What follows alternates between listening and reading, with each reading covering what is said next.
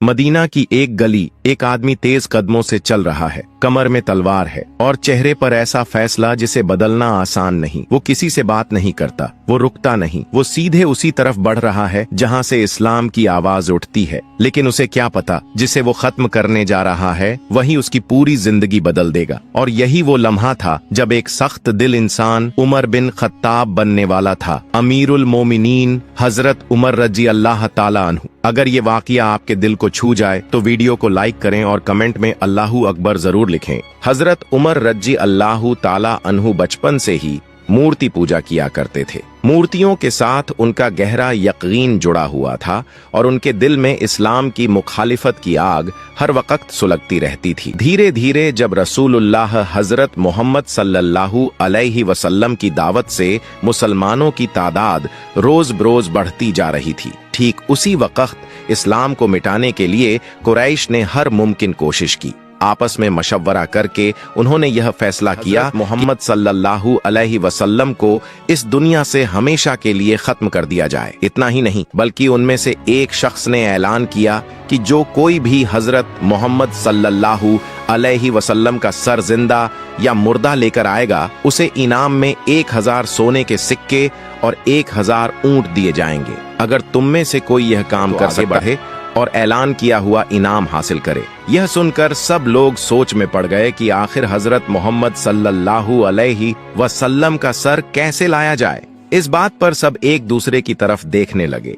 तभी अचानक हजरत उमर रजी अल्लाहु ताला अन्हु खुली तलवार हाथ में लेकर खड़े हुए और बोले, मैं यह काम कर दूंगा। मैं मोहम्मद का सर काट कर लाऊंगा और सबके सामने पेश करूंगा। मुझे इनाम का कोई लालच नहीं है। मैं सबके सामने वादा करता हूं कि जब तक मोहम्मद का सर मेरे हाथ में नहीं आएगा तब तक मैं आप लोगों से नहीं मिलूंगा, और मैं यह कसम खाता हूं कि उनका सर काटकर आप लोगों के सामने पेश करूंगा। हजरत उमर रजी अल्लाहु ताला अन्हु की यह जुर्रत भरी बात सबको ऐसा महसूस हुआ कि अब हजरत मोहम्मद सल्लल्लाहु अलैहि वसल्लम की हिफाजत नहीं हो पाएगी, क्योंकि हजरत उमर रजी अल्लाहु ताला अन्हु उन्हें कत्ल करने के लिए खुली तलवार लेकर निकल पड़े हैं। हजरत उमर रजी अल्लाहु ताला अन्हु खुली तलवार हाथ में लेकर हजरत मोहम्मद सल्लल्लाहु अलैहि वसल्लम को कत्ल करने के इरादे से थोड़ी दूर जाने पर रास्ते में उनकी मुलाकात नईम नाम के एक शख्स से हुई। नईम ने उमर को इस तरह खुली तलवार लेकर जाते देखा तो पूछा, कहाँ जा रहे हो उमर? तुम्हारे हाथ में खुली तलवार है, क्या कोई इतना जरूरी काम है कि तुम इस कदर गुस्से में तेजी से जा रहे हो? हजरत उमर रजी अल्लाहु ताला अन्हु और ज्यादा भड़कते हुए बोले, मैं मोहम्मद का सर काटने जा रहा हूँ। नईम ने जब उनका यह हाल देखा और उनकी बात सुनी तो उमर के इरादे को समझ गए। तब नईम बोले, मोहम्मद को कत्ल करने के बाद बनु जोहरा, बनु हाशिम और बनु अब्दे मनाफ के सख्त गजब से तुम्हें कौन बचाएगा? क्या तुमने कभी इस बारे में सोचा है? नईम की इस बात पर हजरत उमर रजी अल्लाहु ताला अन्हु और ज्यादा गुस्से में आ गए और जोर से बोले, तुम्हें इतनी फिक्र करने की क्या जरूरत है? साफ साफ बताओ, क्या मोहम्मद ने तुम पर जादू कर दिया है? मुझे लगता है तुमने उनका दीन अपना लिया है, इसीलिए तुम्हें इतनी बेचैनी हो रही है। तो क्या तुमने भी उनका दीन कबूल कर लिया है? अगर ऐसा है तो मैं तुम्हें अभी खत्म कर देता हूँ। यह कहते हुए हजरत उमर रजी अल्लाहु ताला अन्हु ने अपनी तलवार उठा ली। नईम भी जोश में आकर बोले, हाँ, मैंने मोहम्मद का दीन कबूल कर लिया है, खुशनसीब समझता हूँ। यह कहकर उन्होंने भी अपनी तलवार निकाल ली। लेकिन एक दूसरे पर हमला शुरू होने से पहले नईम बोले, अरे उमर, क्या तुम्हें यह मालूम है कि तुम्हारे अपने घर में भी मोहम्मद का असर दाखिल हो चुका है? पहले अपने घर की खबर लो, फिर मोहम्मद का सर काटने आना। नईम की यह बात सुनकर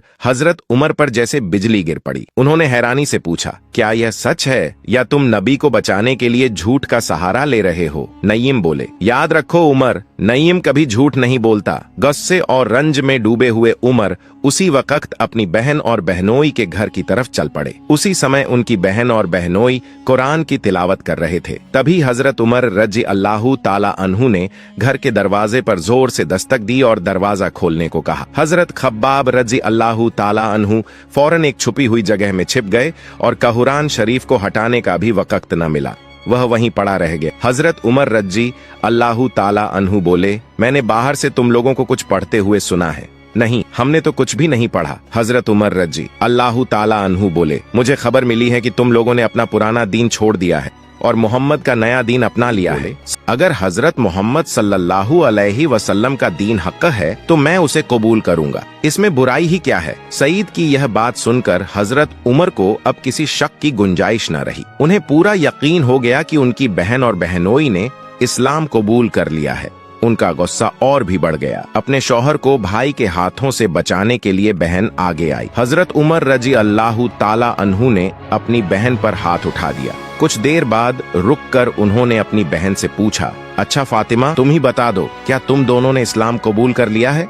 फातिमा ने बड़ी हिम्मत के साथ जवाब दिया, भाईजान, हमने एक खुदा बेमिसाल अल्लाह और उसके प्यारे हबीब हजरत मोहम्मद सल्लल्लाहु अलैहि वसल्लम की इताअत कबूल कर ली है। तुम हमें जितना भी दीन कभी नहीं छोड़ेंगे।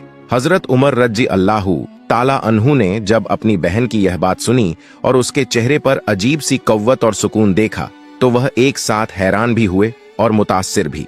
उनकी आवाज अपने आप नरम हो गई। उन्होंने कहा, अच्छा फातिमा, जब मैं आया था तुम जो पढ़ रही थीं, क्या तुम मुझे थोड़ा दिखा दोगी? फातिमा ने जवाब दिया, भाईजान, अगर आप वादा करें कि कुरान में लिखी हुई चीज का कोई बेअदबी नहीं करेंगे तभी हम आपको दिखा सकते हैं। हजरत उमर रजी अल्लाह ताला अन्हु ने अपनी बहन की बात सुनकर हामी में सिर हिला दिया। अपने भाई के दिल में आने वाले बदलाव को देखकर और उनकी कैफियत को समझकर फातिमा मन ही मन बहुत खुश हुई। उन्होंने उमर से कहा, भाईजान, इसके लिए आपको पाक साफ होना होगा क्योंकि नापाक अल्लाह की कलाम ए इलाही को छूना मना है। फातिमा ने कहा, इसलिए आपको पहले वुजू करके आना होगा। हजरत उमर इसके लिए राजी हो गए और बोले, ठीक है, मैं ऐसा ही करूंगा, लेकिन मुझे यह मालूम नहीं कि वुजू कैसे किया जाता है। फातिमा ने तब उन्हें वुजू करने का तरीका समझाया। उन्होंने वुजू किया और अपनी बहन के दिए हुए कपड़े पहने, फिर कुरान शरीफ हाथ में लिया। हजरत उमर रजी अल्लाह ताला अन्हु ने उसे हाथ में शुरू किया। चमड़े के टुकड़े पर सूरह ताहा और सूरह हदीद लिखी हुई थी।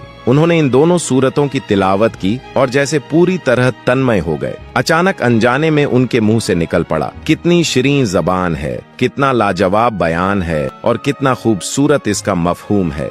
जब तिलावत मुकम्मल हुई तो उनकी हालत पूरी तरह बदल चुकी थी। वे अब अपने आप को रोक नहीं सके। उन्हें ऐसा महसूस हुआ जैसे उन्हें एक नई रोशनी नसीब हो गई हो। हजरत उमर रजी अल्लाह ताला अन्हु ने गहरे एहसास के साथ अपने बहनोई सईद से कहा, सईद, अभी इसी वक्त मुझे हजरत मोहम्मद सल्लल्लाहु अलैहि वसल्लम के पास ले चलो। हजरत खब्बाब रजी अल्लाह ताला अन्हु, जो इतनी देर से छिपे हुए थे, अब हिम्मत करके सामने आए और बोले, भाई उमर, मैं आपको एक खुशखबरी देता हूँ। पिछली रात मैंने हजरत मोहम्मद सल्लल्लाहु अलैहि वसल्लम को यह दुआ करते सुना था कि ए अल्लाह, मेहरबानी फरमा कर अब्बू जहल या उमर, इन दोनों में से किसी एक को हमारे काफिले में शामिल कर दे। मुझे यकीन है कि अल्लाह पाक ने यह दुआ कबूल कर ली है और इस बार आपको चुना है। यह सुनते ही हजरत उमर रजी अल्लाह ताला अन्हु अपने जज्बात पर काबू न रख सके। ऊंची आवाज में बोले, कहाँ हैं अल्लाह के रसूल?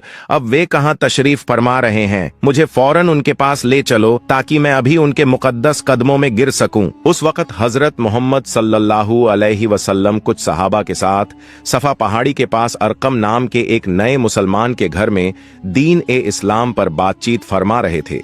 वहां हजरत अबू बकर रजी अल्लाह ताला अन्हु, हजरत हमजा रजी अल्लाह ताला अन्हु और हजरत अली रजी अल्लाह ताला अन्हु जैसे जलीलुल कद्र सहाबी मौजूद थे। अचानक किसी ने कहा, लगता है उमर आ रहे हैं। यह सुनकर बहादुर अमीर हमजा रजी अल्लाह ताला अन्हु ने गैरत के साथ कहा, तो क्या हुआ, आने दो। अगर नेक नीयत से आए हैं तो हम उनका इस्तकबाल करेंगे और अगर बुरे इरादे से आए हैं तो उनकी तलवार से ही उनका सिर 2 टुकड़ों में कर देंगे। हजरत मोहम्मद सल्लल्लाहु अलैहि वसल्लम ने बड़े सुकून से सबको खामोश रहने का इशारा किया और फरमाया, तुम लोग उमर से कुछ नहीं कहोगे, उन्हें घर के अंदर आने दो, जो कुछ कहना होगा मैं खुद कहूंगा। इतने में हजरत उमर रजी अल्लाह ताला अन्हु वहां पहुंच गए। हजरत मोहम्मद सल्लल्लाहु अलैहि वसल्लम ने उन्हें अपने करीब बुलाया। हजरत धीरे आगे बढ़े। हजरत मोहम्मद सल्लल्लाहु अलैहि वसल्लम ने उनकी पीठ पर हाथ रखते हुए फरमाया, सुनो उमर, कब तक अंधेरों में भटकते रहोगे? हकीकत के खिलाफ और कितनी जंग लड़ना चाहते हो? अल्लाह के नबी के पाक लम्ज से हजरत उमर रजी अल्लाह ताला अन्हु का सीना जोर जोर से धड़कने लगा। दिल का मैल तो बहन के घर में ही धुल चुका था। उन्होंने सिर झुकाकर अर्जर किया, या रसूल अल्लाह, हकीकत के खिलाफ मेरी जंग अब खत्म हो चुकी है। मैं अब सरे तस्लीम खम करने आया हूँ। मेहरबानी फरमाकर इस गुनहगार को अपने कदमों में जगह देकर निजात का रास्ता दिखा दीजिए। यह कहते हुए हजरत उमर रजी अल्लाहु ताला अन्हु ने अपनी तलवार हजरत मोहम्मद सल्लल्लाहु अलैहि वसल्लम के कदमों में रख दी। हजरत मोहम्मद सल्लल्लाहु अलैहि वसल्लम ने नर्म आवाज में फरमाया, उमर, इतनी देर में तुम्हारी गलतफहमी दूर हुई। आओ, अब तुम्हें इस्लाम में दाखिल करके हक तक पहुंचने का तरीका बता दूं। फिर हजरत मोहम्मद सल्लल्लाहु अलैहि वसल्लम ने उमर को कलिमा-ए तैयबा पढ़वाया और उन्हें इस्लाम में दाखिल फरमा लिया। इसके बाद रसूलुल्लाह सल्लल्लाहु अलैहि वसल्लम ने खुशी से ऊंची आवाज में तकबीर कही, अल्लाहु अकबर, और वहां मौजूद तमाम सहाबा ने एक साथ कहा, अल्लाहु अकबर, अल्लाहु अकबर। ऐसा लगता था जैसे यह आवाज मुसलमानों की पहली फतह की खुशबूदार सदा हो। हजरत उमर रजी अल्लाहु ताला अन्हु का इस्लाम कबूल करना इस्लाम की विजय का पहला अहम मरहला था। हजरत उमर रजी अल्लाहु ताला अन्हु अरब सल्तनत के खलीफा बनने के बाद भी इंतहाई सादा जिंदगी गुजारते थे। एक गहरी रात खलीफा उमर रजी अल्लाहु ताला अन्हु अपने एक साथी अब्बास को साथ लेकर आम आदमी का लिबास पहने शहर में गश्त कर रहे थे। चलते चलते वे पत्तों से बनी एक झोपड़ी के सामने पहुंचे। उन्होंने बच्चों के रोने की आवाज सुनी। झोपड़ी की टूटी दीवार की दरार से देखा तो एक बूढ़ी औरत चूल्हे के पास बैठी थी और उसके चारों तरफ कुछ बच्चे भूख से बिलख रहे थे। काफी देर इंतजार करने के बाद वे बेचैन हो गए और झोपड़ी में दाखिल होकर बोले, तुम अब तक इन्हें खाना क्यों नहीं दे रही हो चुकी है और ये बच्चे भूख से बेहाल हैं। बूढ़ी औरत ने सामने वाले की तरफ देखा और कहा, घर में खाने को कुछ भी नहीं है, बच्चों को क्या खिलाऊं? हजरत उमर ने कहा, तो फिर इन हांडियों में क्या पक रहा है? बूढ़ी औरत की आंखों से आंसू बहने लगे। उसने कहा, हांडी में सिर्फ पानी और पत्थर हैं, ताकि ये बच्चे खाना समझकर रोते रोते थक जाएं और सो जाएं। यह सुनकर हजरत उमर रजी अल्लाहु ताला अन्हु का दिल रहमत और दर्द से भर गया। उन्होंने फरमाया, तुम्हें बहुत तकलीफ है, इन मासूम बच्चों के वालिद कहाँ हैं? बूढ़ी औरत ने कहा, वह मेरा इकलौता बेटा था। पिछले साल वह और बच्चों की माँ दोनों इंतकाल कर गए। अब इन मासूम बच्चों के साथ मैं बड़ी मुश्किल में हूँ। उन्हें कैसे खाना खिलाऊं, कुछ समझ में नहीं आता। हजरत उमर रजी अल्लाहु ताला अन्हु ने कहा, तुम इन बच्चों को थोड़ी देर और बहलाए रखो, हम इंतजाम करके आते हैं। ये कहकर हजरत उमर रजी अल्लाहु ताला अन्हु वहां से चले गए। वे लौटे तो बैतुल माल खोलकर तेल, मसाले और कुछ ईंधन की लकड़ियां ले आए। फिर उन्होंने एक बोरी मैदा अपनी पीठ पर उठा। उनके साथी ने मैदे की बोरी उठाने की पेशकश की, लेकिन हजरत उमर रजी अल्लाहु ताला अन्हु इसके लिए राजी नहीं हुए।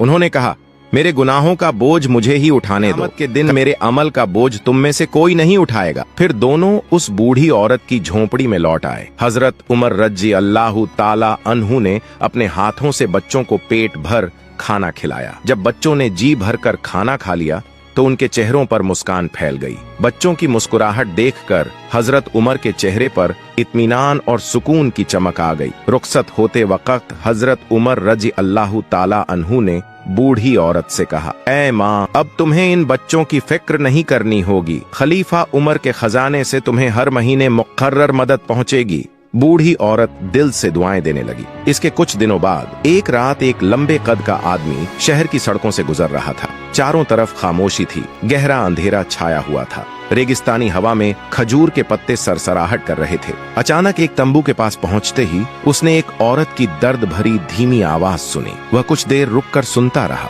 फिर तंबू की तरफ बढ़ा। तंबू के दरवाजे पर एक आदमी बेहद परेशान हालत में बैठा था। किसी को आता देखकर वह खड़ा हो गया। आगंतुक ने पूछा, इस तंबू से किसी औरत की चीख सुनाई दे रही है, क्या आप माजरा क्या है? आदमी ने जवाब दिया, हम बद्दू हैं, हमारी जिंदगी मैदानों और रेगिस्तानों में गुजरती है। हम दूर से खलीफा हजरत उमर रजी अल्लाहु ताला अन्हु से मिलने की उम्मीद लेकर आए हैं। हमने सुना है कि वे बहुत रहमदिल हैं। उसने आगे कहा, लेकिन यहाँ आकर हम बड़ी मुसीबत में फंस गए हैं। मेरी पत्नी को झचगी की तकलीफ शुरू हो गई है। मैं अकेला और बेबस हूँ, मुझे कुछ समझ नहीं आ रहा। आगंतुक ने इत्मीनान से कहा, आप परेशान ना हो, मैं फौरन इंतजाम करता हूँ। यह कहकर वह चला गया और थोड़ी ही देर में एक औरत को अपने साथ लेकर लौट आया। उसके पास झचगी के लिए जरूरी सामान भी था। वह औरत तंबू के अंदर चली गई। आगंतुक कुछ मैदा और खाने का सामान भी साथ लाया था, जो उसने बद्दू को दे दिया। कुछ देर बाद तंबू के अंदर से अमीरुल मोमिनीन अपने साथी से कह दीजिए, अल्लाह ने उन्हें बेटा अता फरमाया है। यह सुनकर बद्दू चौंक गया। उसने हैरानी से पूछा, अमीरुल मोमिनीन, ये अमीरुल मोमिनीन कौन है? उसने आगंतुक की तरफ देखा। आगंतुक ने मुस्कुराकर कहा, इसमें हैरान होने की कोई बात नहीं भाई, लोग मुझे अमीरुल मोमिनीन यानी उमर के नाम से जानते हैं। मेरी बीवी उम्मे कुलसूम है। यह सुनते ही बद्दू डर और अकीदत से झुक गया और खलीफा हजरत उमर रजी अल्लाह ताला अन्हु के कदम चूम लिए। धीमी आवाज में बोला, जहां अपना, मेरी गुस्ताखी माफ कीजिए, मुझसे अनजाने में बहुत सी गलतियां हो गईं। हजरत उमर रजी अल्लाह ताला अन्हु ने उसके सिर पर हाथ रखा और फरमाया, भाई तुम्हारी कोई गलती नहीं है। अच्छा, अब मैं चलता हूँ, कल मुझसे मिलना। बाद वे अपनी बेगम साहिबा के साथ रेगिस्तान की राह से अंधेरे में ओझल हो गए। खलीफा हजरत उमर रजी अल्लाह ताला अन्हु हर वक्त यही सोचते रहते थे कि रियाया कैसे सुकून में रहे और उनके दुख दर्द कैसे दूर किए जाए। इसी फिक्र में वे हमेशा मशगुल रहते थे। अक्सर रातों में एक साथी के सनी और आसपास के इलाकों की गलियों और गांवों में गश्त करते थे ताकि यह जान सकें कि कहीं किसी पर जुल्म तो नहीं हो रहा, कोई भूखा तो नहीं है। एक रात वे एक झोपड़ी के पास से गुजर रहे थे कि अंदर से दो औरतों की धीमी आवाज सुनाई दी। एक बूढ़ी औरत अपनी बेटी से कह रही थी, हम बहुत मुफलिस हैं, दूध बेचकर जो थोड़ा बहुत मिलता है उससे 2 वक्त का खाना भी मुश्किल से होता है। अगर दूध में थोड़ा पानी मिला दें तो कुछ ज्यादा मुनाफा हो सकता है। बेटी ने माँ को रोका और कहा, अम्मी ये गलत है, क्या आपको खलीफा का हुक्म याद नहीं? दूध में पानी मिलाना गुनाह है, अगर हम पकड़े गए तो सख्त सजा मिलेगी। माँ ने जवाब दिया, कोई नहीं देखेगा। बेटी ने कहा, लेकिन अल्लाह ताला सब देख रहा है, उसकी निगाह से कुछ भी छुपा नहीं। हम मुसलमान हैं, हमें ऐसा गलत काम नहीं। माँ ने कहा, तुम ठीक कहती हो बेटी, मैं अब कभी ऐसा ख्याल भी नहीं करूंगी। खलीफा हजरत उमर रजी अल्लाह ताला अन्हु यह बातें सुनकर आगे बढ़ गए। उन्होंने अपने साथी असलम से कहा, इस लड़की की पाकीज़गी बेमिसाल है, 1000 दिरहम भी इसकी कीमत नहीं चुका सकते। कल इसे दरबार में बुलाया जाए, मैं इसे मुनासिब इनाम दूंगा। अगले दिन नियत वक्त पर दरबार सजा। असलम ने पहले दिए गए हुक्म के मुताबिक माँ और बेटी को दरबार में पेश किया। उस दिन खलीफा ने दरबार में मुल्क के विद्वानों को भी दावत दी थी और अपने बेटों को भी मौजूद रहने का हुक्म दिया था। खलीफा हजरत उमर रजी अल्लाह ताला अन्हु ने दरबार में मौजूद तमाम लोगों को रात की पूरी घटना सुनाई और फरमाया, यह बालिका बेहद मुफलिस है, इसका वालिद नहीं है, लेकिन इसकी ईमानदारी हम तमाम मुसलमानों के लिए एक मिसाल है। ऐसी पाक सीरत लड़की इस मुल्क में मिलना मुश्किल है। क्या दरबार में कोई नौजवान है जो इस नेक बालिका को अपनी जौजा के तौर पर कबूल करेगा? दरबार में मौजूद लोग खामोशी से खलीफा की तरफ देखने लगे। तभी एक कोने से एक नौजवान उठ खड़ा। उसने अदब से कहा, ए अमीरुल मोमिनीन, यह बालिका भले ही गरीब है लेकिन सच्चाई और नेकियों में बेहद बुलंद है, इससे निकाह करना मेरे लिए बड़े सौभाग्य की बात होगी। उसकी बात सुनकर हजरत उमर रजी अल्लाह ताला अन्हु बेहद खुश हुए और फरमाया, सच्चे लोग अल्लाह ताला को बहुत प्यारे होते हैं। तुम मेरे बेटे होकर भी एक गरीब और यतीम लड़की से निकाह करने को तैयार हो गए। मैं तुम्हें दिल से दुआ देता हूँ, अल्लाह तुम्हें हमेशा खुश रखे।